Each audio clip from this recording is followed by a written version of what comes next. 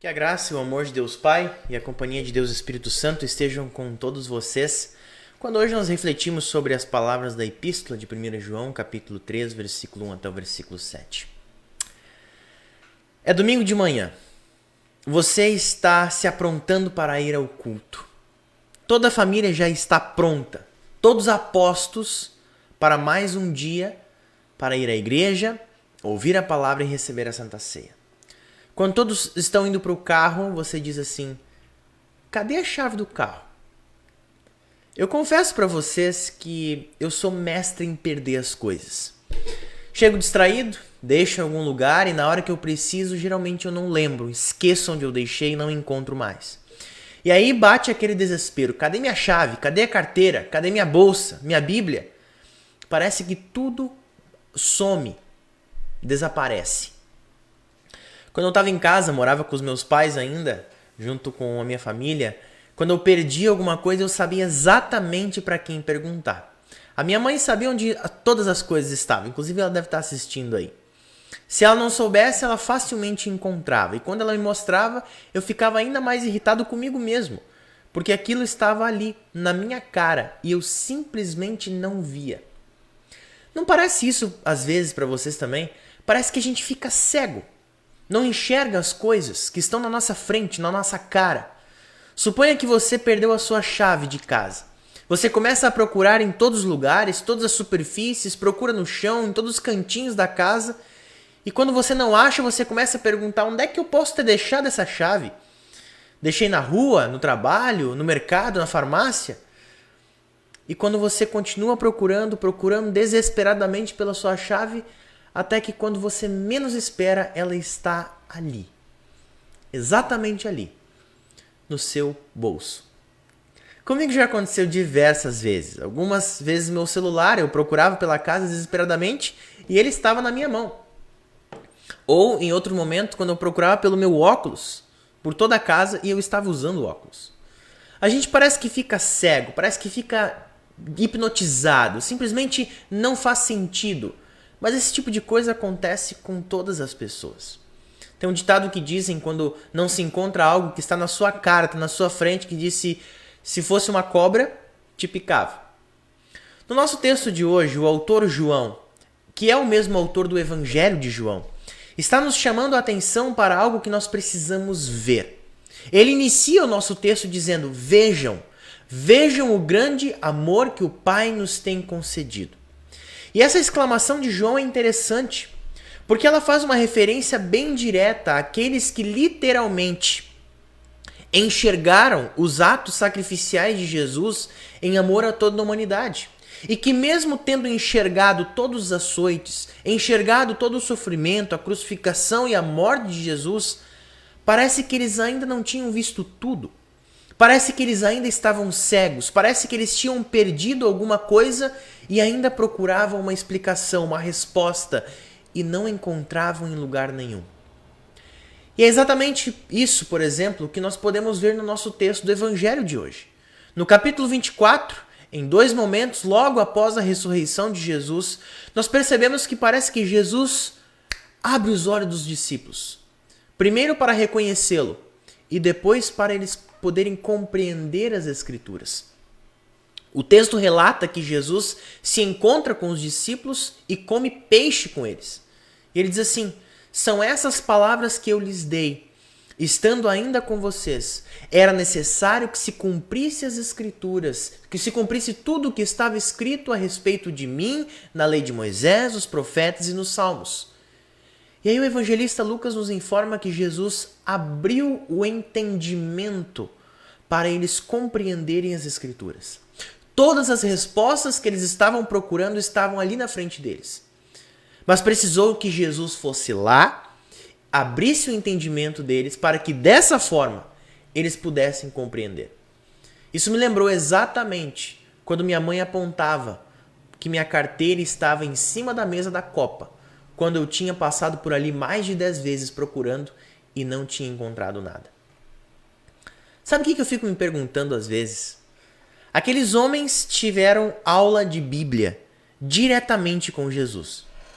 Eles presenciaram todos os acontecimentos da morte e ressurreição de Jesus. Eles não apenas viram, eles vivenciaram de perto.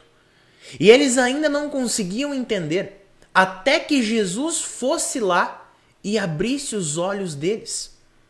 Até que Jesus fosse lá e mostrasse que todos os ensinamentos e falas de Jesus estavam conectados com tudo o que aconteceu. E aí pensa comigo, se foi tão difícil para eles, como é difícil para nós também. Quase 2000 anos nos separam dos eventos da morte e da ressurreição de Jesus. Nós não vimos, nós não vivenciamos, apenas ouvimos e lemos. O apóstolo João, aqui na sua primeira carta, convida os seus leitores a verem. Ele diz: vejam o grande amor que o Pai nos tem concedido. João nos convida a ver o grande amor de Deus. Mas nós não podemos ver. 2000 anos nos separam daqueles eventos. Aliás, o mesmo João que nos convida a ver o amor de Deus aqui é o mesmo que lá no Evangelho registra as palavras, a fala de Jesus: bem-aventurados os que não viram e creram. Nós não podemos ver. O amor não é algo palpável que nós podemos pegar. Nós não conseguimos ver os eventos da morte e ressurreição de Jesus. Então talvez o convite de João não seja para você e para mim. Ou será que é? Será mesmo que nós não podemos ver? O que os apóstolos, aliás, receberam para ver, que os próprios olhos deles e os nossos próprios olhos também são incapazes de ver. João exorta a contemplar profundamente. João nos convida a ver, não a olho nu, mas com o coração e com a mente e com o espírito. Ele chama a levar a sério, a crer no que o Pai nos tem concedido. É isso que diz o texto. O que o Pai nos tem concedido. João nos convida a ver o que o Pai nos deu. Mas o que o Pai nos deu? O que Ele nos tem concedido? O seu amor, diz João. Mas aqui nós temos um ponto muito importante, muito interessante. Não se trata de algo que Ele deu apenas no passado. Não se trata de algo que Ele deu para um grupo de pessoas em uma determinada época. Se trata de algo que Ele deu, continua a dar e continuará dando àqueles que estão nele. E o que é? A plenitude do seu amor. Isso só mostra a generosidade de Deus. O quanto Deus ama o pecador. Deus não é atraído pelo fato de o ser humano amar a Deus como se aqui houvesse um sentimento de troca. O ser humano ama a Deus em troca de perdão. Não! Apesar da falta de amor do homem, Deus coloca tudo de si, sua mente, sua vontade, sua própria vida, em busca do bem supremo do ser humano.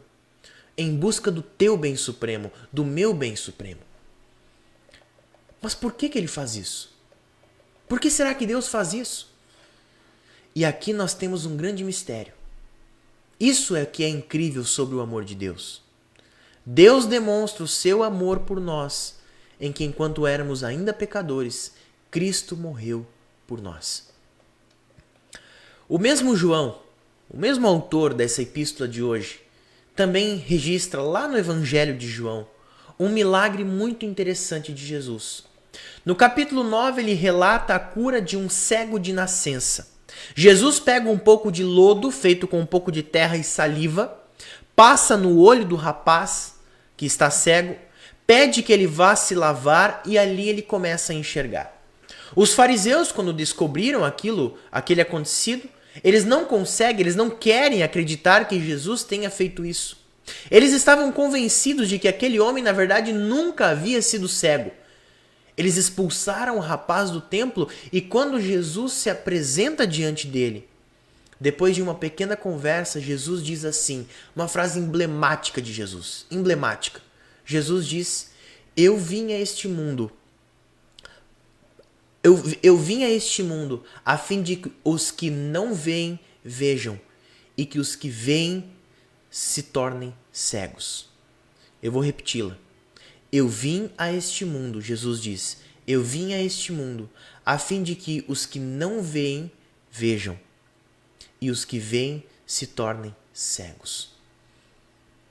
Jesus aparece aos discípulos para dar visão à cegueira deles, para que eles pudessem ver e compreender que tudo o que ele havia feito era por amor a eles e por amor a toda a humanidade, inclusive a você e a mim, fazendo com que por meio desse amor nós nos tornemos filhos de Deus, fazendo com que nós nos tornemos filhos de Deus, como diz o texto. Sabe o que é interessante nesse texto? João, o evangelista João, o apóstolo João, quando ele escreve, sempre que ele fala de filho de Deus, ele se refere a Jesus. Mas neste momento ele fala dos filhos de Deus, aqueles que são chamados filhos de Deus. Aqui neste momento João fala que nós somos chamados filhos de Deus. Isso mesmo, filhos de Deus. Na verdade, Jesus é o Filho de Deus por natureza e em essência, como o Filho gerado eternamente pelo Pai. Mas nós nos tornamos filhos de Deus por causa deste grande amor dele por nós. Vamos por parte. Filho aqui não faz referência à idade cronológica, mas sim a um relacionamento de pais com filhos. Se você ainda é jovem ou se você já é velho, todos começam essa vida terrena quando foram concebidos como filhos. E continua a ser assim e continuará a ser assim até o fim de nossas vidas. Nós somos concebidos como filhos por todas as nossas vidas, conhecendo nossos pais ou não. Entretanto, o fato de sermos chamados de filhos de Deus é algo que vai além. Algo que significa muito mais. Porque a grande realidade é que nenhum ser humano tem a pretensão de ser filho de Deus. Nenhum de nós acorda de manhã e diz, hoje eu decidi que quero ser filho de Deus. Não. João aqui na sua primeira epístola não está argumentando que todas as criaturas humanas são filhos de Deus porque Deus criou todos. Também não é isso. Ser filho de Deus, segundo o ensinamento desta carta de 1 João, significa receber um relacionamento privilegiado que nós não merecemos naturalmente. E o Pai é que nos chama. João fala, neste primeiro versículo do capítulo 3 de 1 João, ele diz que nós somos chamados filhos de Deus. O que o Pai chama a ser dele, dele é. Por isso, se o Pai diz que nós somos chamados de filho, nós somos filhos dele, sim. Ser chamado de filho de Deus exalta tudo o que o Pai faz e fala em favor daqueles que ele chama de ser filhos, vocês e eu. Pelo fato de Deus te amar, ele te dá uma nova vida, uma nova identidade. A partir do amor de Deus, que João está nos convidando a ver, nós passamos a possuir um novo nome. A partir do amor de Deus que nós somos convidados a ver, nós passamos a pertencer a Ele. Por isso, irmãos, sermos chamados de filhos de Deus é muito significativo, porque é Deus que passa a nos chamar de filhos. E o que Deus diz é algo que realmente é. Deus disse e a luz passou a existir. Deus disse e a terra se separou da água. Deus disse e a terra ficou cheia de vegetação e animais. E aqui, o que ele diz realmente é. Nós realmente somos seus filhos por causa da obra completa de Jesus. Por isso, é muito importante que nós, assim como os discípulos, sejamos cegos. Isso mesmo. É muito importante que nós não enxerguemos nada. Os discípulos não conseguiram compreender tudo porque eram cegos. Mesmo que tudo estivesse escancarado na frente deles. Do mesmo jeito que foi difícil para eles, é difícil para nós quase 2000 anos depois. Mesmo que tudo também esteja escancarado na nossa frente. Porque nós não podemos ver. Mas nós precisamos de alguém que nos mostre aquilo que está óbvio na nossa frente. Sozinhos nós não podemos ver. É Cristo que vem dar visão para os cegos. Assim como ele apareceu para os discípulos e os fez ver, da mesma forma nós também podemos ver, não a olho nu, mas em nossos corações. Bem-aventurados os que não viram e creram, porque é Jesus que vem abrir nossos olhos e faz com que nós possamos ver o que João nos convida a ver. O grande amor que Deus, o Pai, nos tem concedido a ponto de sermos chamados filhos de Deus. Você é um filho de Deus, um filho amado de Deus. Veja, alegre-se com essa notícia. Você pertence à família de Deus, porque Deus te diz isso. Do mesmo jeito que quando eu estava cego e não enxergava minha carteira em cima da mesa, e a minha mãe me pegava pelo braço e me abria os olhos, Jesus vai até você, vem até a mim, através da palavra e dos sacramentos. Te pega pelo braço e te abre os teus olhos, para que você possa ver o que de maravilhoso Ele fez por você na cruz. Te fazendo filho de Deus, herdeiro da herança eterna no céu e do seu infinito amor e graça por cada um de nós, aqui e agora. Amém.